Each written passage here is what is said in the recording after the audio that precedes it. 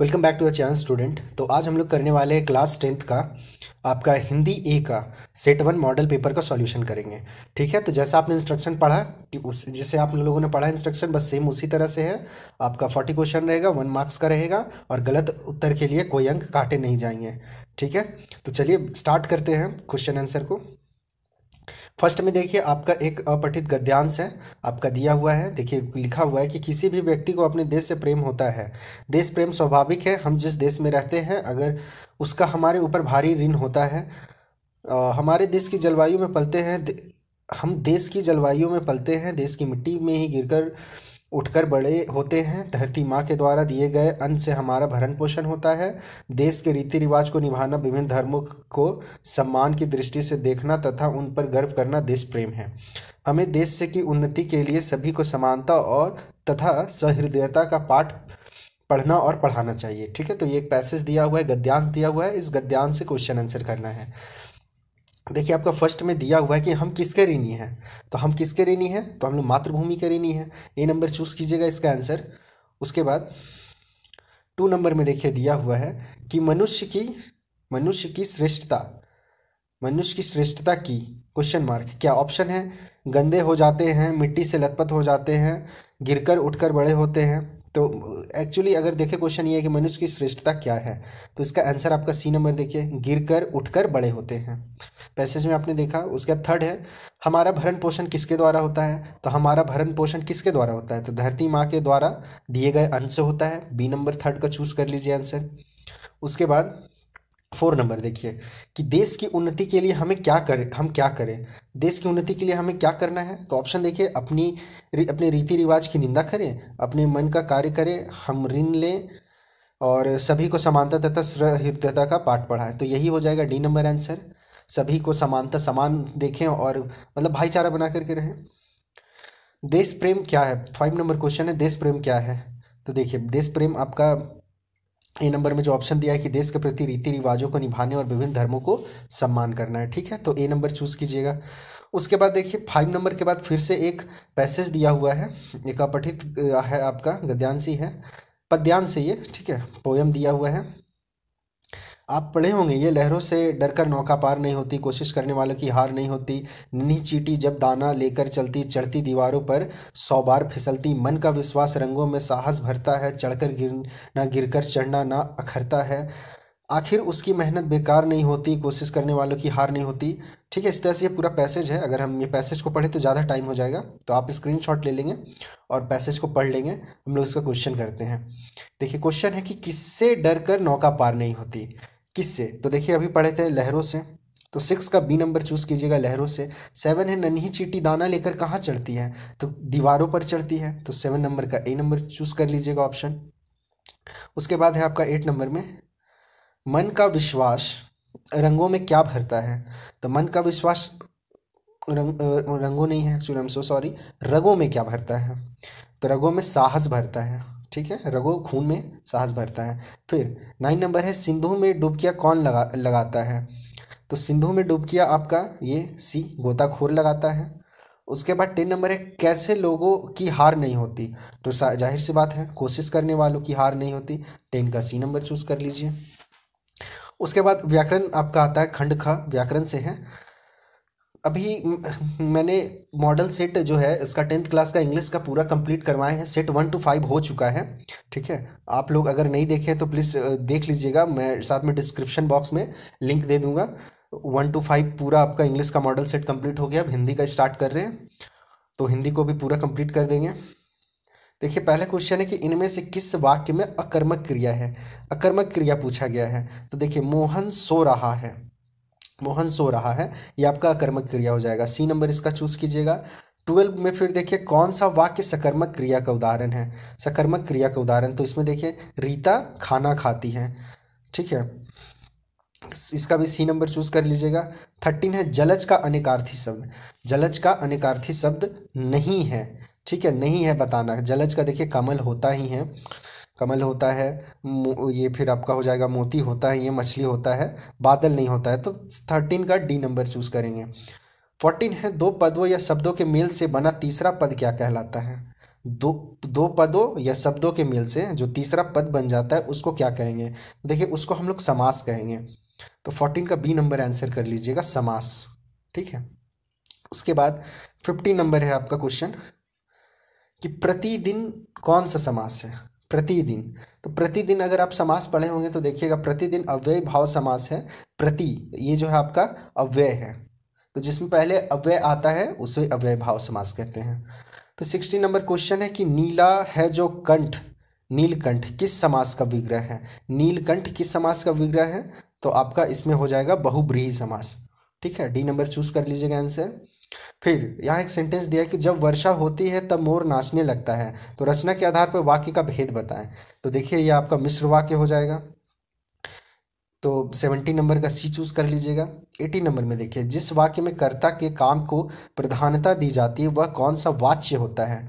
ठीक है, वाच्य इंग्लिश में आप पढ़ेंगे एक्टिव वॉइस, पैसिव वॉइस, वही हिंदी में आपका वाच्य हो जाता है। तो किस वाच्य का उदाहरण है? तो आपका ये ए नंबर कर्तृवाच्य। ठीक है, कर्तृवाच्य, कर्ता पे ही इसका कर्म का प्रभाव पड़ता है, उसी को प्रधानता दी जाती है। तो 18 का ए नंबर चूज कीजिएगा। 19 नंबर है बालक चांद डैश देख रहा है। तो देखिए क्या इसमें लगेगा, यही नंबर देखिए, बालक चांद की ओर देख रहा है, ये सही हो जाएगा आपका। तो 19 का ए नंबर चूज कीजिए। 20 नंबर है कि निम्न में से कौन सा शब्द समुच्चय बोधक अव्यय शब्द है? ठीक है, समुच्चय बोधक बताना है। तो देखिए यहाँ अथवा, अथवा जो है ये आपका समुच्चय बोधक अव्यय शब्द है। ठीक है, तो 20 नंबर का सी नंबर चूज कर लीजिए आंसर। उसके बाद आगे बढ़ते हैं हम लोग। खंड ग स्टार्ट होता है। खंड ग में देखिए आपका पाठ्य पुस्तक से सारा प्रश्न रहेगा। एक गद्यांश दिया हुआ है, उधव तुम हो अति बड़भागी, अपरस रहत स्नेह तगा तय नाहिन मन अनुरागी, पुरईन पात रहत जल भीतर तारस देह न दागी, ज्यों जल माह तेल की गागरी बूंद न ताको लागी, प्रीति नदी में पाऊँ न बोरियो दृष्टि न रूप परागी, सूरदास अबला हम भोरी गुर चाटी ज्यों पागी। ठीक है, तो देखिए ये आपका सूरदास का एक पद दिया हुआ है। ठीक है, आपका क्वेश्चन भी है कि इस पद के रचयिता कौन है? तो इस पद के रचयिता डी नंबर ऑप्शन सूरदास है। ठीक है, आप सूरदास का वो दोहा पढ़िएगा, बुक में है, उसी से दिया गया हुआ है। तो दोहा पे विशेष ध्यान दीजिएगा क्योंकि दोहा से और कविता से क्वेश्चन तो रहता ही है। उसके बाद गोपियाँ किसकी अनन्य भक्त थी? गोपियाँ किसकी भक्त थी? तो ये तो सब कोई जानता है कि कृष्ण की भक्त थी, गोपियाँ कृष्ण की ही भक्त थी शुरू से। उसके बाद 23 नंबर, पुरैन पात का अर्थ क्या होता है? पुरैन पात का अर्थ बताना है। तो इसमें देखिए सी नंबर हो जाएगा, कमल का पत्ता। ठीक है, पुरैन पात हो जाएगा, पात मीन्स पत्ता। फिर 24 नंबर है, गोपियाँ ने उद्धव के व्यवहार की तुलना किससे की है? उद्धव का व्यवहार मतलब इस सूरदास में देखिए, ये सूरदास जो दोहा लिखे उसमें बताया उद्धव जो है कृष्ण के साथ रहते हैं। ठीक है, तो इसमें बताना है व्यवहार का तुलना किसके साथ किया गया है? तो यहाँ सी नंबर देखिए आप, कमल के पत्ते और तेल के मटके से की है। तो 24 का सी नंबर चूज कर लीजिएगा। वीडियो आपके लिए हेल्पफुल लग रहा हो तो प्लीज़ वीडियो को लाइक और शेयर जरूर करें, अपने फ्रेंड लोगों के पास तो कम से कम जरूर शेयर करें। उसके बाद 25 नंबर क्वेश्चन देखिए, किस महीने में चारों तरफ हरियाली छा जाती है? अट नहीं रही है, कविता के आधार पर बताइए। तो अट नहीं रही है कविता पढ़े होंगे तो उसके आधार पर आपको बताना है 25 नंबर में। तो देखिए फागुन का जो महीना होता है, तो फागुन का महीना में चारों तरफ हरियाली आ जाता है, तो इसका ए नंबर चूज कीजिए। उसका 26 नंबर क्वेश्चन है, उत्साह और अट नहीं रही है इन दोनों कविताओं के कवि कौन हैं? तो देखिए इन दोनों कविताओं के कवि हैं सूर्यकांत त्रिपाठी निराला जी। ठीक है, तो बी नंबर आप इसका आंसर चूज कर लीजिए। 27 में है, किसकी मुस्कान इतना मोहक है कि मुर्दे में भी जान डाल सकती है? किसकी मुस्कान इतनी मोहक होती है? तो देखिए नन्हे शिशु जो होते हैं, नन्हे शिशु का जो मुस्कान होता है वो मुर्दों में भी जान डाल देते हैं। तो इसका सी नंबर ऑप्शन आप चूज कीजिएगा। फिर 28 क्वेश्चन है कि फसल, कविता के अनुसार बताइए कि फसल किनका बदला हुआ रूप है? तो फसल किनका बदला हुआ रूप है? यहाँ सी नंबर देखिए, सूर्य की किरणों का। तो आप इसमें सी नंबर ही आंसर चूज कर लीजिएगा। उसके बाद 28 के बाद है आपका आगे फिर से गद्यांश दिया हुआ है, बाल गोविंद भगत की संगीत साधना का चरम उत्कर्ष उस दिन देखा गया जिस दिन उनका बेटा मरा। ठीक है, ये बाल गोविंद भगत का कहानी पढ़े होंगे, तो आपको पता होगा। तो अभी मैं इस पैसेज को पूरा रीड नहीं करता हूँ, आप इसका स्क्रीनशॉट लेकर के पढ़ लेंगे। चलिए हम लोग क्वेश्चन आंसर को देखते हैं कि बेटे के मर जाने पर बाल गोविंद भगत क्या कर रहे थे जब बेटा उनका मर गया था। तो बेटे के मर जाने पर बाल गोविंद भगत जो है आपके गा रहे थे, वो गाना गा रहे थे, डफली बजा रहे थे। ठीक है, उनका कहना था कि आत्मा का परमात्मा से मिलन हो गया है, इसीलिए वो खुश थे। उसके बाद 30 नंबर क्वेश्चन देखिए,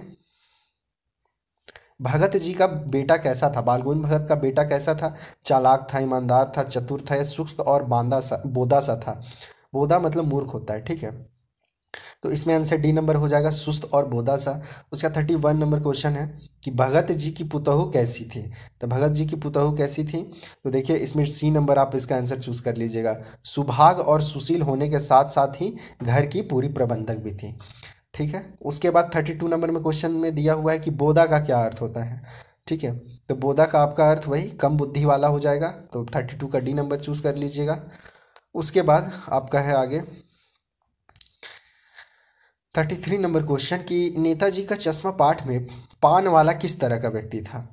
पान वाला कैसा व्यक्ति था, तो आप इसमें डी नंबर देखिए, वह एक मोटा सा था। तो आंसर एक मोटा, हंसमुख और खुश मिजाजी व्यक्ति था, तो डी नंबर चूज कर लीजिएगा। उसके बाद नेताजी का चश्मा पाठ में नेताजी की प्रतिमा किस चीज़ की बनी थी। जो नेताजी सुभाष चंद्र बोस का प्रतिमा बनाया गया था वो किस चीज़ का बना हुआ था, तो बी नंबर चूज कर लीजिएगा, संगमरमर पत्थर की। ठीक है, उसके बाद 35 में है कि नेताजी की मूर्ति पर चश्मा कौन बदलता था। तो नेताजी का चश्मा जो था वो बदलता था आपका कैप्टन। ठीक है, वो एक्चुअल में कैप्टन नहीं था, बस उसको सब कैप्टन ही बोलते थे, वो कैप्टन बदलता था। उसके बाद नेताजी का चश्मा पाठ के लेखक कौन है, तो इस पाठ के लेखक जो है आपके वो स्वयं प्रकाश हैं। ठीक है, उसके बाद आपका आगे फिर से एक पैसेज दिया हुआ है, गद्यांश दिया हुआ है, गद्यांश को पढ़ना है। ऐसे ऐसे नाटक हम लोग बराबर खेलते रहते थे, बटोही में भी कुछ देर ठीक ठिठक कर हम लोगों के तमाशा देख लेते थे।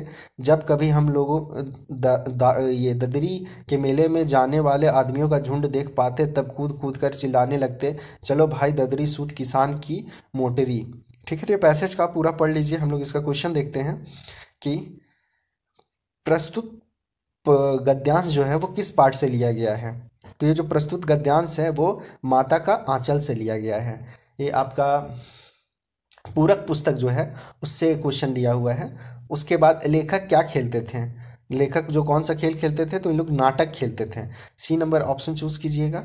उसके बाद 39 में है कि इस गद्यांश में किस मेले की चर्चा की गई है। तो अभी शुरू में ही पढ़े हम लोग ददरी, तो देखिए बी नंबर आंसर कर लीजिएगा, ददरी का मेला। ठीक है, फिर रहरी किसे कहते हैं, तो रहरी जो है अरहर दाल को कहते हैं। ठीक है, तो 40 का सी नंबर चूज कर लीजिएगा। आपका जो है हिंदी का अभी सेट 1 ख़त्म हो गया है। बहुत जल्द मैं कोशिश करूँगा कि सारा जो भी है सेट 5 तक है, इसका 5 सेट है, सारा कंप्लीट करवाएं।